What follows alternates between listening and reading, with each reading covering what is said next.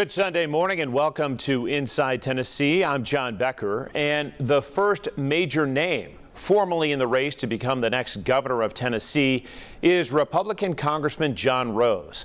The 60-year-old native of Cookeville was first elected to District 6 in 2019, replacing Diane Black. Prior to serving in Congress, he served in an appointed role as Commissioner of Agriculture during the Sundquist administration in the early 2000s. He earned a law degree at Vanderbilt, owns a software company, and emphasizes his family roots in farming. This morning, we feature excerpts from our interview about his reason for joining the 2026 race to lead the state. Well, I believe it's a critical time for Tennessee. We have this great history in our state. I'm an eighth generation myself.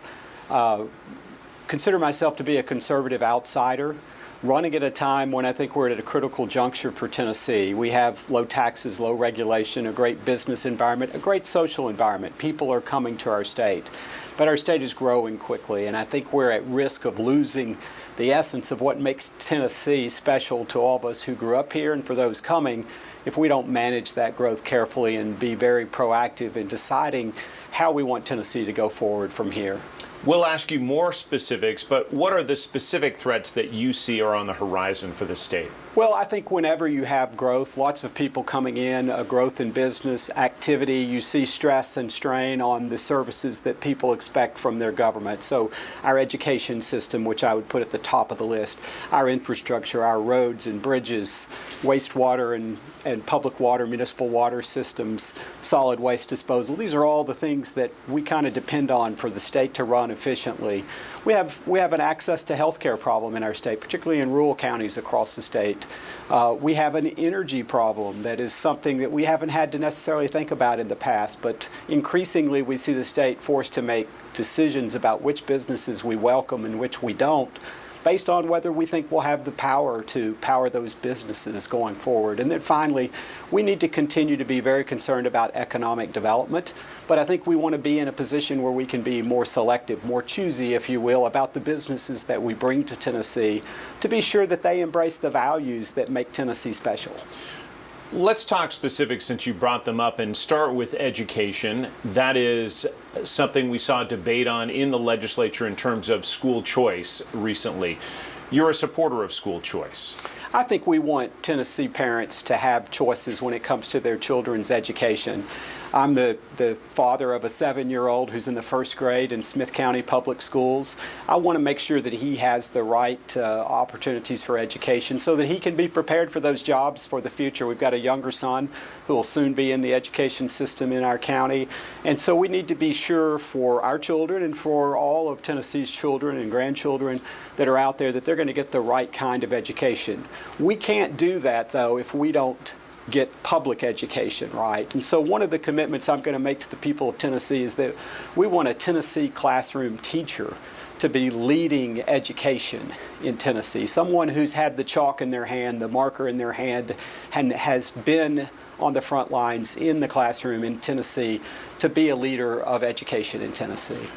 Do you support Governor Lee's expansion plan for school vouchers? Well, I think however we achieve the opportunity for choice for Tennessee parents, I think this is the proposal the governor has put forward. We want to see parents have choices so that if they're not happy with the education that their child is getting in a public system, that they can at least have some options to look at. That will suit some parents in some counties and some places and others who may want to embrace the public system. The governor has been specific about not dipping into money that is reserved for public K through 12 education to pay for school vouchers. Is that something you would consider, or do you think there's a firm line between the two?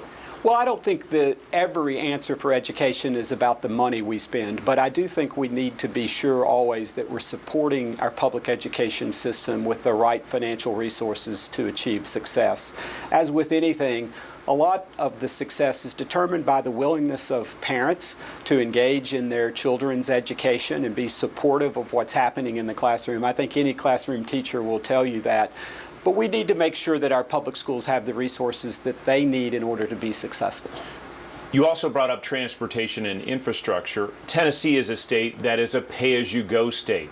it has been steadfast in its commitment not to build anything that it hasn't paid for. There are people who say we should go into debt because we can't handle the number of people who are coming to this state. We need to expand our horizons when it comes to building more roads, bridges, and other infrastructure. Where do you stand on that? Well, I think that pay-as-you-go system has served Tennessee well. You know, you can bring forward a certain amount of spending, but you only get to do that once, and then you have to service that debt through the lifetime of that debt. And so you can speed up the process a little. The question we've always got to ask ourselves is, can we spend tomorrow's resources today better than we can spend them tomorrow? And that's the choice always. And Tennesseans have always come down on the side of saying, let's pay for what we can afford now, and then let's preserve future resources to take on problems in the future as they present themselves. And we see, particularly technology evolving quickly. We may not have enough vision to the future to understand what exactly public transportation and our highway system will need to look like in years out. And if we spend those resources now, then we'll be locked in for the future. So right now, it sounds like you support a pay-as-you-go model and not varying from that. I think that has served us well, yes, sir.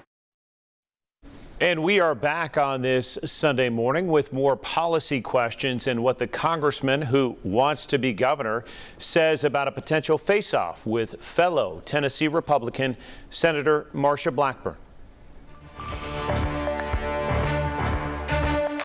Nearly 1 in 4 U.S. consumers have been a victim of identity theft, even when they did all the right things to protect their personal information. I did everything right, but an institution that had my data didn't, and now my identity's been stolen. Banks, hospitals, employers, and other institutions all have your personal information too, and when they're exposed, careful monitoring of your accounts and credit won't be enough. $110,000 of my hard-earned money gone. The stakes are high, and even if you take steps to protect your personal information, you're not the only one who has it. Only LifeLock monitors hundreds of millions of data points every second, alerting you to the widest volume of threats. And if you become a victim, a dedicated U.S.-based identity restoration specialist will fix it, guaranteed. Plus, all LifeLock members are backed by the LifeLock $1 Million Protection Package, including reimbursement for stolen funds. Call now or go online and use promo code 35TV to save 35% off an annual plan for your first year.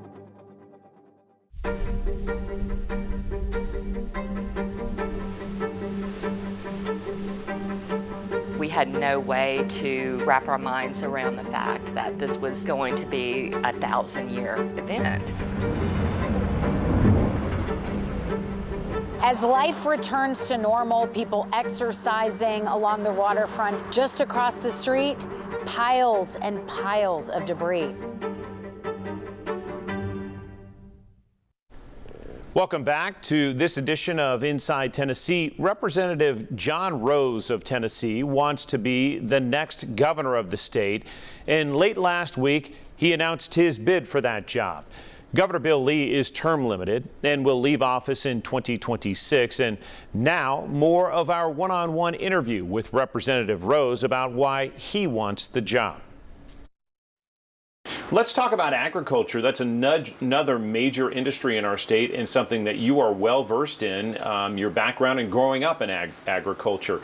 Explain the importance of agriculture to people in this state and where you see it going from here.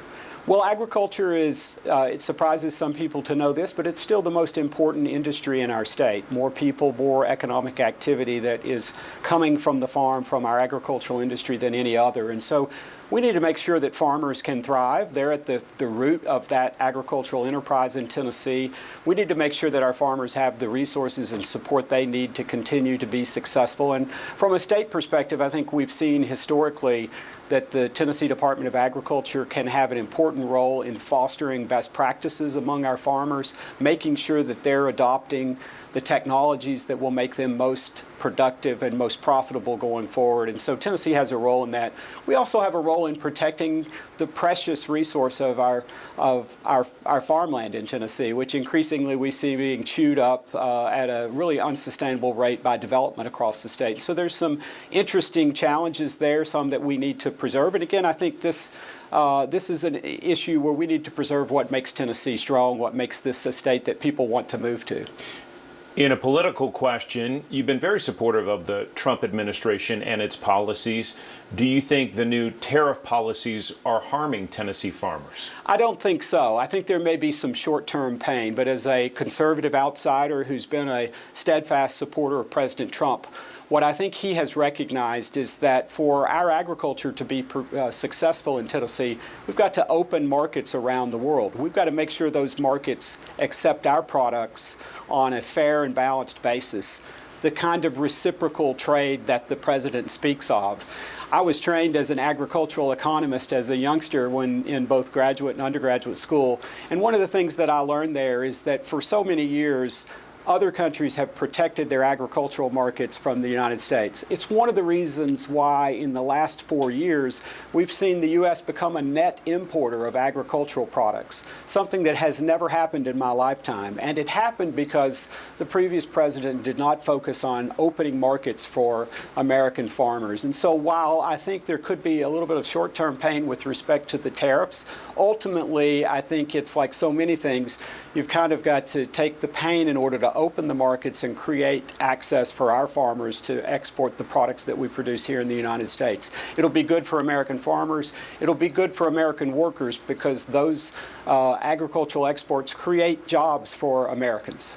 Forgive me the agriculture analogy, but you're planting the seed early for governor. What makes you a better candidate than Senator Blackburn for that job? Well, we can't know right now who will be a candidate in this race. I certainly am going to be. There could be many others, so I think it's a little premature to talk about other candidates. What I can offer today is that I will be a conservative outsider.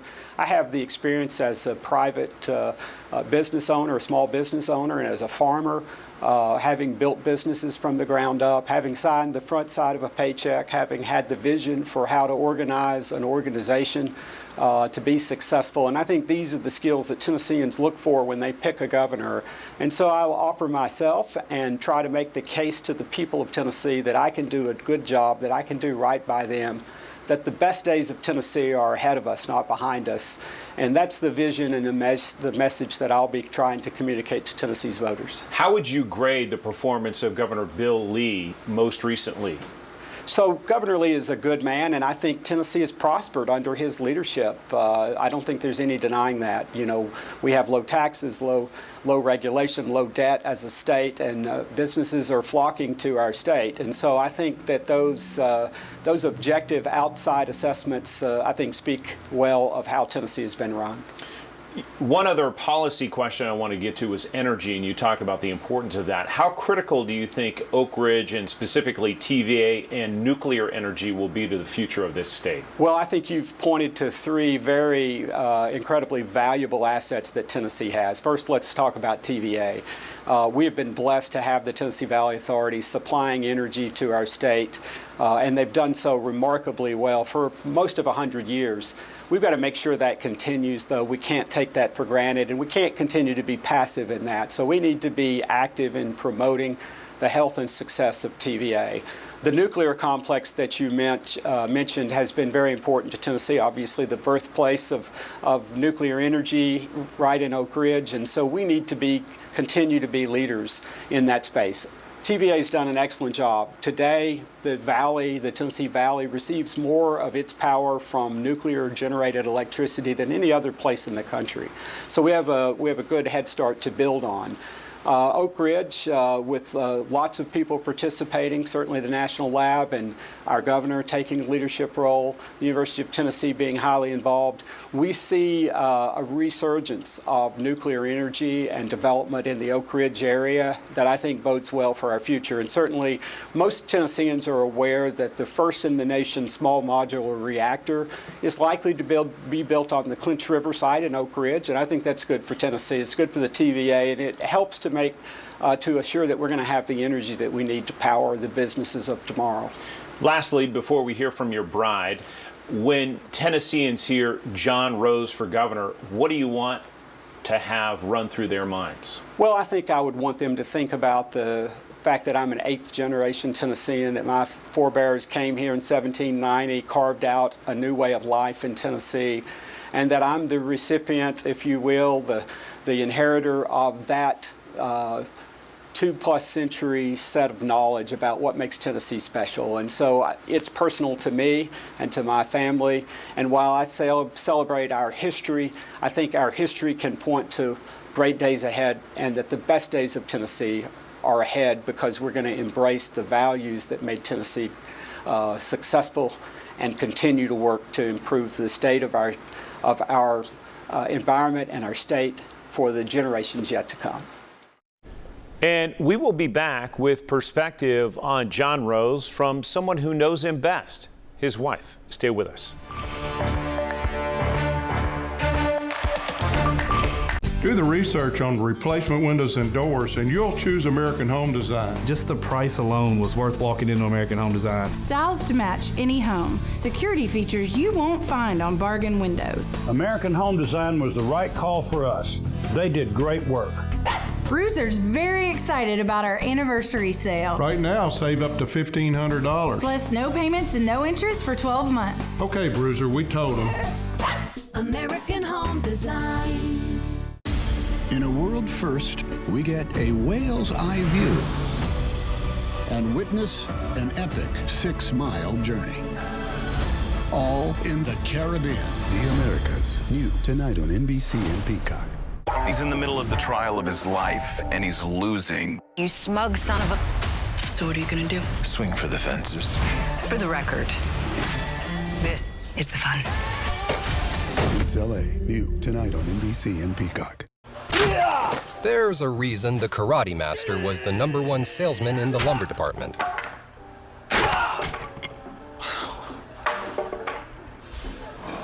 Karate. Just like there's a reason Morgan & Morgan is America's largest injury law firm. Injured? With over $25 billion recovered for our clients, there's a reason to go big. Morgan & Morgan, America's largest injury law firm. Perhaps the most important and influential confidant for Representative Rose in his race for governor will be his wife. They have been married more than a decade, and you will hear about one of their boys who became a viral sensation online for what he did behind his dad on the House floor. Chelsea Rose now on why her husband is the right choice to lead the state of Tennessee. Thank you for joining us. What should people of Tennessee know about this guy that they don't? Well, thank you for having me, John. I'm excited to be on air, and as a UT Knoxville graduate from the master's program over in the College of Agriculture, it's always an honor to be in Knoxville. But my husband, John, there's a lot I could say about him, but I'd probably start with this. As the wife of a man who is an elected official for the people of Tennessee, I couldn't be more proud that he's my husband. And I couldn't be more honored that he's the father of our 2 boys, Sam and Guy, who run to him, call him daddy, and he always, without hesitation, shows them the love and the respect and the attention that you would hope a dad would show his kids. And I think those are the qualities that anyone would hope that a governor would have, that it starts at home and it can translate into the work they do as an elected official. You have experienced something unique, and that is you're the wife of somebody who is elected to our country, and I know there's so much vitriol out there. What has that been like for someone on the inside to experience?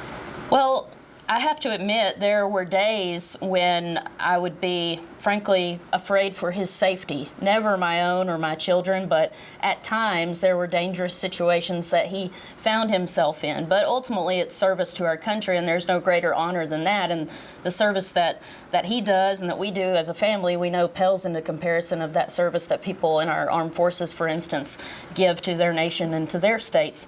But I'll just admit this, first of all. I was a Trump delegate at the Republican National Convention in 2024, so I am an enthusiastic supporter of what he stands for, and we wouldn't be doing this if we weren't doing this as a pair. So for me, it's a great joy to see him on that stage taking the values, the things that we believe, that we were taught growing up and at church and that our parents shared with us, and he's actually making a difference in the world, and I'm grateful for that. Did Guy get into any trouble with you after what he did to go viral on the internet? He got in immediate trouble. Yes, yes. Are you kidding me? So he was 6 at the time, and we had just wrapped up kindergarten graduation, and I was operating a nonprofit until the end of this year and had a big week. And I swore to John, I said, listen, he can handle this. Guy will go to Washington. He will sit dutifully by, and he will be quiet and considerate in your meetings. They had been off the plane not 2 hours when he gave that speech, and Guy had his viral moment. It was something to behold, but at the end of the day, it's my son being my son, and any parent who watches that video could probably say, absolutely, that could have been my kid. I so appreciate it. How supportive has your bride been in your bid for governor? Well, absolutely the most supportive person, my best friend and best supporter. And I think it's safe to say I couldn't do what I'm doing now, and I couldn't run for governor without her support every day, and the support of my family more largely, but Chelsea makes that all possible. For people who are uncertain about the future, Chelsea, how do you reassure them that this is the man who can lead this state? Well, I hope that he is. I of course, am biased, and I believe that. But the thing that I would say is that his daily life is a testament to the kind of governor that he would be. He prioritizes certain things in his life, and these are things that we call Tennessee values. It starts with our faith, our belief in God, and that we're one nation under God, and that the blessings we enjoy as both a state here in Tennessee and as a nation come from our Lord and Savior. And so he starts his day that way, and he approaches all things with, I should treat others in a way that I want to be treated. And because of our roots in faith and in Tennessee and what some will call Southern hospitality, but we really call those Judeo-Christian values, I think that he'll be the kind of governor who will, at the end of the day, put the needs of Tennesseans first and think what's best for them, not just what's best for me. Well, I think because of our shared background, we have a deep tie to Tennessee's agriculture. We've talked about that a little, but we both know people all across the state in all 95 counties. And it's not just about knowing them, but it's about understanding what's important to them, the values that they share with us, the values that they hold, what they want to see for the future of this state. And with that informed view about where Tennesseans want to see the state go, I think it puts us in a good position to chart a course together for Tennesseans where we can make a difference and be certain that the Tennessee that we have a generation from now is not that different from the one we have today in terms of the livability of our state. Is there one specific policy that you can say on day one will be what you're going to carry through the campaign and implement on day one as governor? Absolutely. We've already talked about education, which I think is by far the most important issue and challenge we face as a state. We want to see a Tennessee classroom teacher lead the education system in Tennessee. So you'll see us search for and find someone who's held the marker, who's held the chalk in the classroom, and who has that understanding about what makes schools in our state work, leading the education system in our state.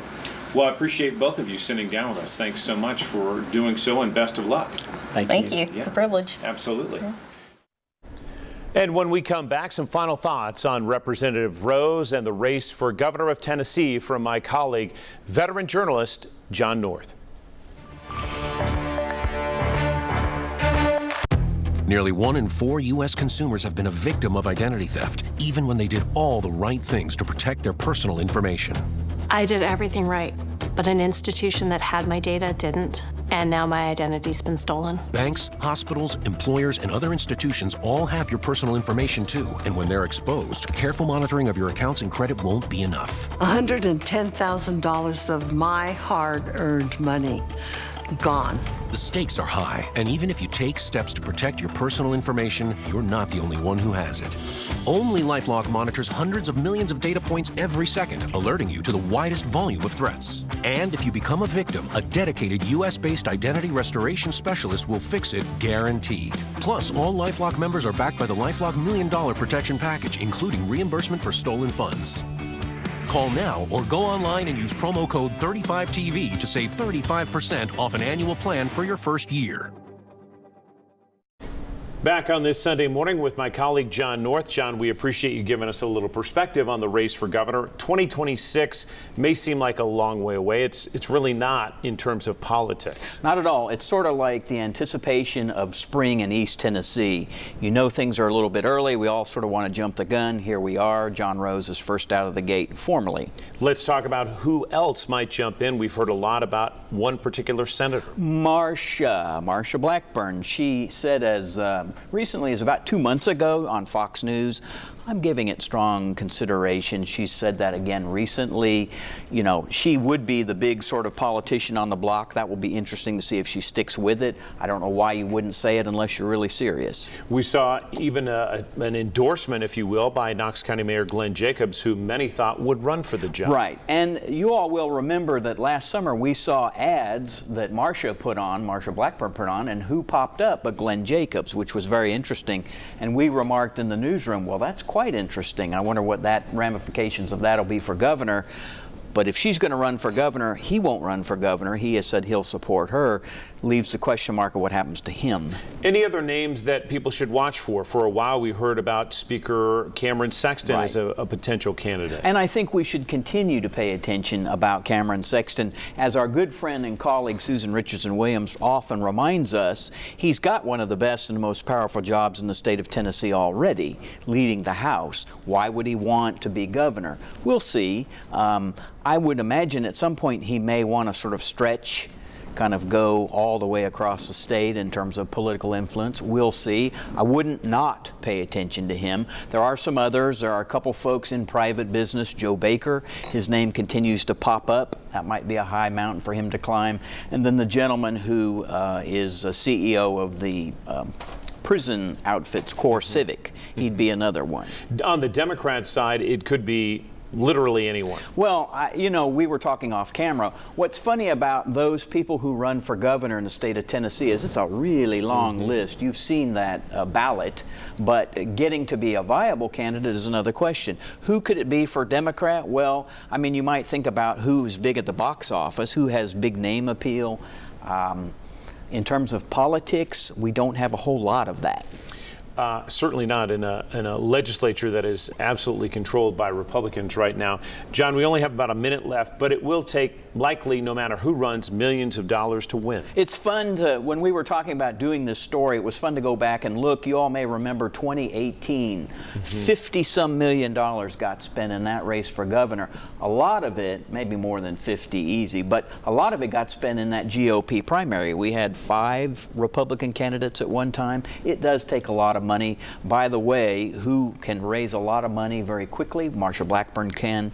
I think I took a look at John Rose's balance sheet. He on hand right now has about, it looks like roughly $1 million in cash. So he can raise. Maybe she can raise more. We'll see. John North, we appreciate the perspective. Hope you have a great rest of your Sunday and appreciate you tuning in. We'll take you on the road next week on Inside Tennessee.